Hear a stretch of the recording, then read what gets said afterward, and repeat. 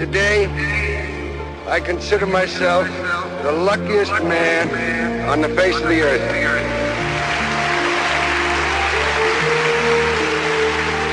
That I might have been given a bad break, but I've got an awful lot to live for. Thank you.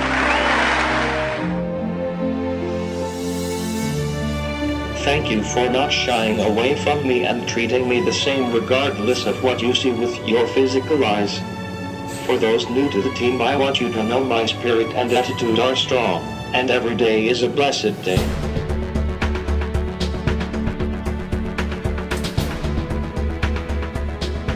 OJ really had an awesome career. Transitioning from the CFL into the NFL was an amazing journey for him. To understand the journey is to know that OJ received all no's.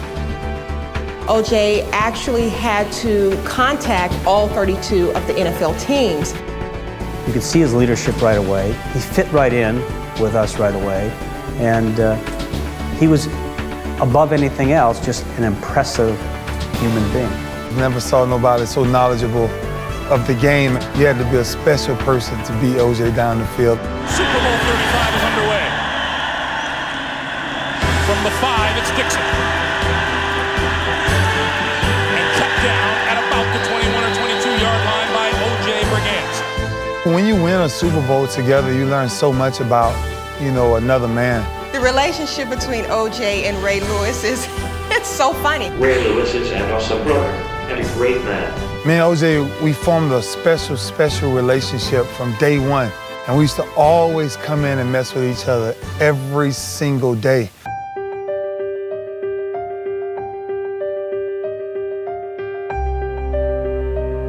I don't treat him no differently than I treated him the first day I met him, because that's what he would want as a man, and that's what he's always asked me to do. I was fortunate enough to know OJ early in the disease and watched him deal with such a terrible disease and with such great courage. To find himself in a situation that he's in, and I tell people this all the time, it's never what you're in, it's what your mindset while you're in it.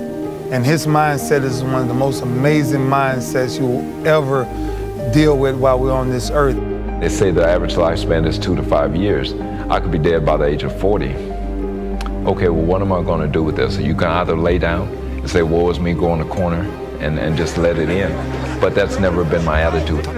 Hey, game ball, man. The last one they threw, man, to OJ, baby. It ain't over. It ain't over. God has a higher purpose, a higher plan.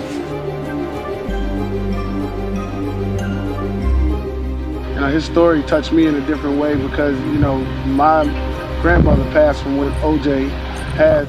OJ's fighting a battle that, not many would have put up the fight to. He's not ready to call it quits, and I don't think he's ever going to call it quits. Why can't I be the first one to be healed of it? Just because it's never been seen, man seems to think that things are impossible. Not necessarily impossible, it just hasn't been done yet. I'm looking for people to join my Brigance Brigade and help us fight this devastating disease. His team of volunteers has made a huge difference in our ability to carry out research for ALS and to send a message back to patients about how important that determination is for patients. I firmly believe nothing happens by accident, and that if you are viewing this video, you have a chance to be part of the Brigance Brigade's efforts to improve the quality of life of these courageous individuals fighting a deadly adversary. When I say he's a great communicator, he was as a leader, as a football player, but he is today, even when he speaks through a computer. He has an ability to get your attention, to focus in on what he has to say, and you pay attention to it. For me and for our team, he's sort of like our guardian angel. He definitely has a watch over us. We're going to celebrate. We're going to celebrate here. OJ's going to celebrate with us and everybody else in the organization. Show you right. Thank you for the birthday wishes, as it means the world to me. 2, 3. Happy birthday to you. Happy birthday to you. Happy birthday, dear Juice. Happy birthday to you. You know, you have all the support in the world from us. You know that, Juice, and we know we have it all from you. OJ's message to the world is we all experience trials and tribulations, but the key is to keep pressing, keep going forward. I'm going to fight it. I'm going to win the battle, and we're going to help others win the battle as well. We're going to find a way to crush ALS. Good evening, and welcome to the Diane Bell McCoy Equity First webinar series. My name is Chrissy Thornton, and I'm the president and CEO of Associated Black Charities. Equity First serves to highlight career professionals who've kept racial equity in the forefront of their career journeys. And today I could not be happier to have with us a superhero, Mr. OJ Brigance.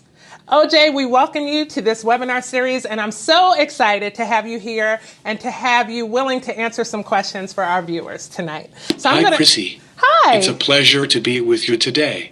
Thank you so much. I'm going to jump right into the questions.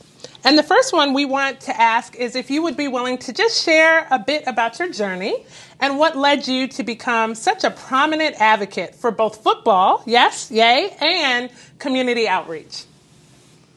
I grew up in Houston, Texas, and pursued sports from the age of 8 years old. My parents signed me up for football to get me active and instill the principles that sports provide. Traits such as hard work, discipline, and perseverance. I mention those traits in particular because they laid a foundation that has helped me in every aspect of life. I have overcome the odds stacked against me my entire life. Being born to two teenage parents, they found a way to provide for my sister, and I never accepting mediocrity as a standard. After graduating from Rice University, I achieved a 12-year professional football career starting in the Canadian Football League and ending in the NFL.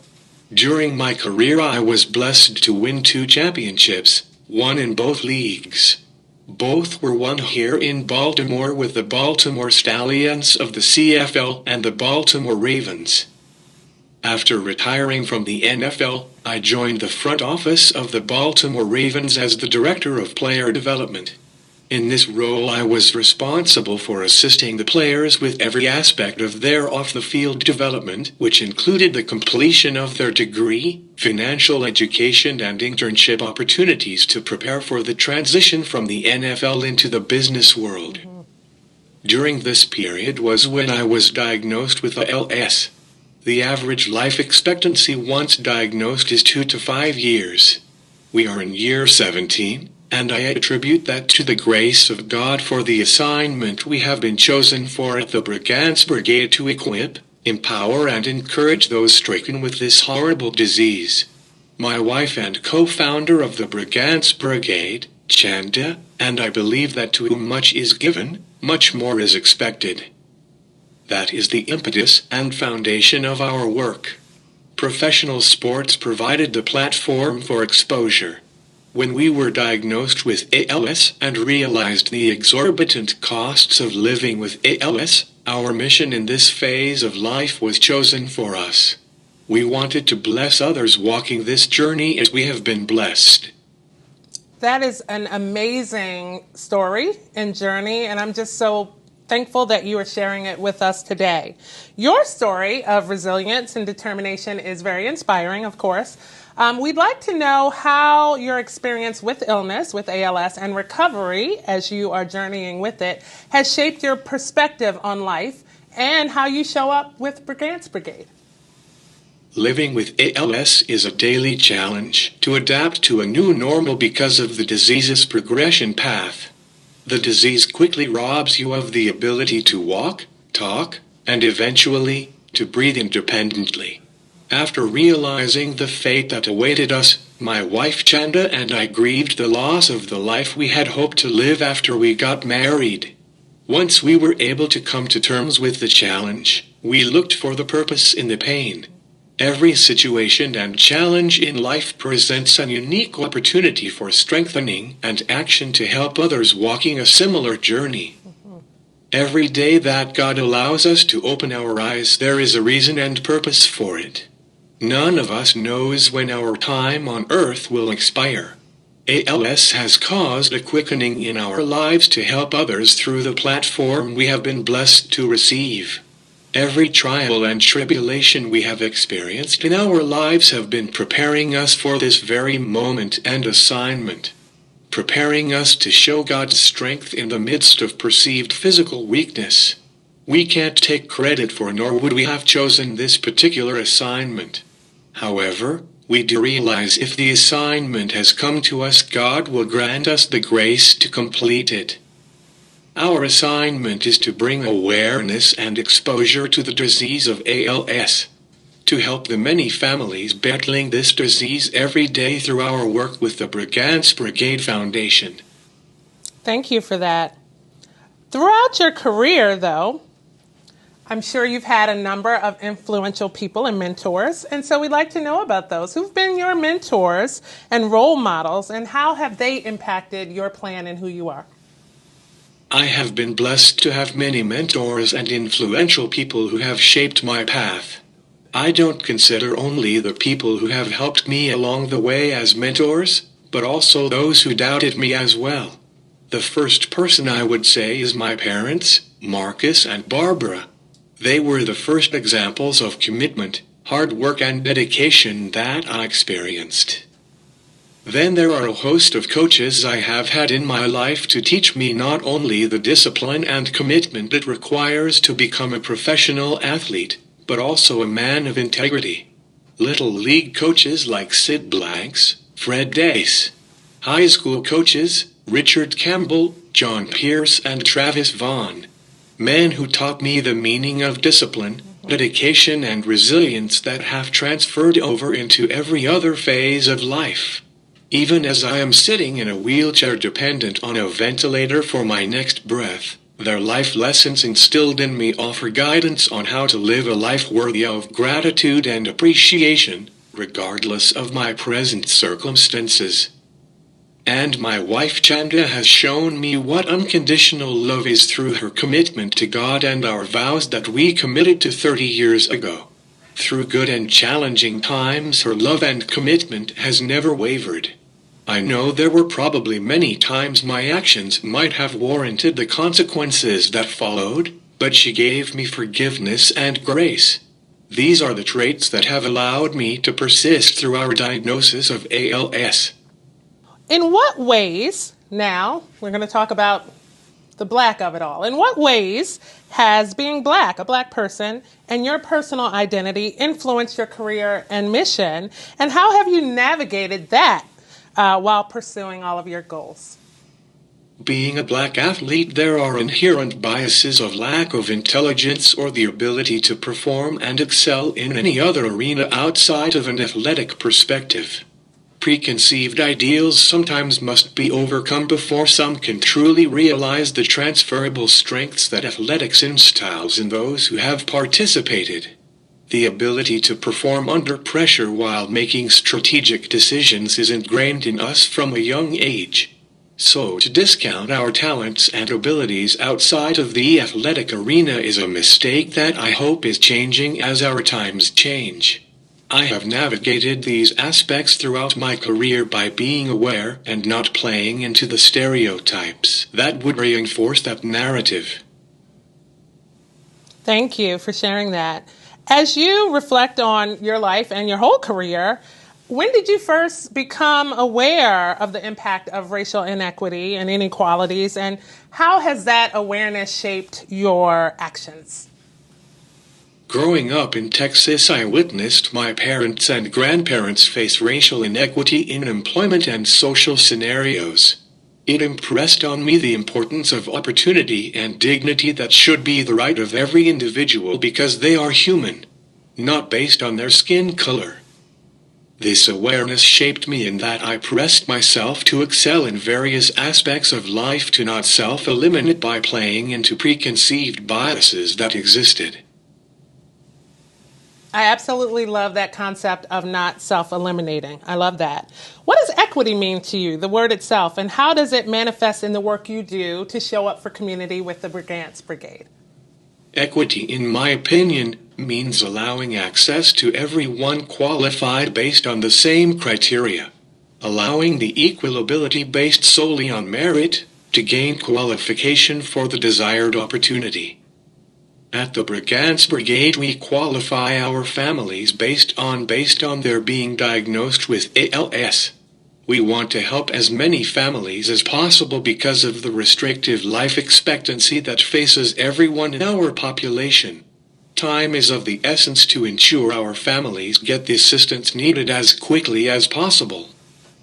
So we're here today at the Brigance Brigade offices, and we know that you all focus on providing support to individuals facing challenges. Can you elaborate a little bit on some of the organization's key initiatives and successes, and what you've achieved in supporting communities living with ALS? While we believe ALS research is imperative to finding a cure for the disease, our mission at the Brigance Brigade is to assist families living with ALS achieve the best quality of life possible here and now. Through our grant program, we have helped hundreds of families with necessary expenses for in-home nursing care, medical equipment co-pays, home accessibility renovations, and speaking devices like the one I am using now. The ability to remain engaged in life is imperative to achieving a quality of life worth fighting for. That is our main focus at the Brigance Brigade, to assist our families with the adaptations that will have to occur as the stages of the disease progress. We provide financial assistance to help with the annual $250,000 price tag that comes with living with ALS. Through Chanda's Caregiver Corner, we provide opportunities for the spouses of those diagnosed with ALS to come together and support each other through the trying stages of the diagnosis and unsolicited disruption to life ALS presents every family. The disease not only impacts the person diagnosed but the entire family. Absolutely. And you've mentioned some of the specific opportunities that the organization makes available to community members. But how might these things and opportunities and the journey be different for these families and this community if your organization did not exist? The Brigance Brigade has provided much-needed financial assistance that insurance does not cover. The need for in-home nursing care and the ability to communicate are a couple of the numerous needs families living with ALS require. If we did not provide the assistance required that we do, it would create even more of a financial burden on the families of these courageous individuals. People living with ALS should have the best quality of life available for as long as they have to live. So I hadn't shared this earlier, but actually my grandmother passed from ALS. And so I know that my family members that are watching today are very inspired by your journey and the work that you're doing here. But we also want to tap into whether or not you've encountered any systemic barriers in your journey to growing the Brigance Brigade and positioning it to do the good work. And if so, how have you addressed those challenges? We have been very fortunate to not have faced the systemic barriers from the racial perspective. However, because of the relatively small population size of people diagnosed with ALS at any given time, we are overlooked as far as being a priority for funding. And the restrictive policies put in place by the insurance industry does little to help families as costs continue to mount. ALS is a disease that can strike anyone whether you have a family history or not. A smaller percentage of ALS cases have familial roots to their origin. But the majority of the cases are sporadic, meaning it does not discriminate in striking any race, age, or socioeconomic background. It doesn't discriminate in who it chooses to afflict. Given the state of the world, and ongoing discussions about racial equity and, the world is so polarized right now. How do you view the progress being made? You talk about services being for all, particularly in Baltimore and nationwide. Given the current state of the world, I would like to believe that progress is being made as far as racial equity, but then we see an occurrence in the news cycle that casts doubts on whether we are progressing at all. Here locally, we have the first black governor in Westmoor. Yes. We have multiple leaders of color throughout our local government and as business leaders. That is reason for me to believe that progress is being made. However, there are personal biases that continue to exist in some that may limit the ability of true racial equity to thrive as quickly as it otherwise would. In the end, I am of the belief that light will always triumph over darkness and truth will eventually be sustained in the midst of deception. Absolutely. And you've talked about ALS not discriminating, and the work that you do here at the Brigance Brigade is all about inclusion, both within your organization and in all of your broader initiatives in the community. What strategies are working for Brigance Brigade? We have found that awareness campaigns on regular and social media channels help to keep the public aware of our initiatives to support and fund our families. As mentioned earlier, because ALS is not as well known as cancer, for example, we spend more time educating people as to what the disease is. Being an orphan disease remains a barrier to garnering support for our effort at the Brigance Brigade. And how do you ensure that your personal principles and then, of course, your commitment to equity and justice remain central to the work that you do and that your organization does here at the Brigance Brigade? We ensure that the principles of racial equity and justice remain central to the mission and activities of the Brigance Brigade by prioritizing from myself down to our office staff that our priority is to assist families diagnosed with ALS. Period. ALS does not differentiate in who it chooses to strike, so neither can we. ALS used to be more prevalent in the senior population, but we are hearing from people who are being diagnosed in their 20s and 30s. We must help anyone we can, while we have the capability to. Time is of the essence with the 2 to 5 year prognosis. Absolutely. And so how are you engaging with different communities to make sure everyone's voice is at the table and to ensure everyone's voices are being heard? Yes, we do actively seek to include diverse perspectives in our work by engaging with our pals. Pals is how the ALS community refers to people living with ALS. Through phone calls, we solicit their feedback, as well as the other methods to ensure their voices are heard and needs are being addressed. You've had a pretty remarkable journey through success and triumphs and challenges and more. What are some of the key lessons you've learned throughout your career and now this philanthropic work that you would like to share with others? I would like to share that though hardships are bound to come in life, we are all presented with a tremendous opportunity to get outside of our comfort zones to help others walking the same journey. It's important for us to be public about our journey because our adversity is never for us alone. We have the opportunity to grow individually through our trials, but we also have the opportunity to help others going through the same thing. That's why it's important for us to walk through our adversity publicly.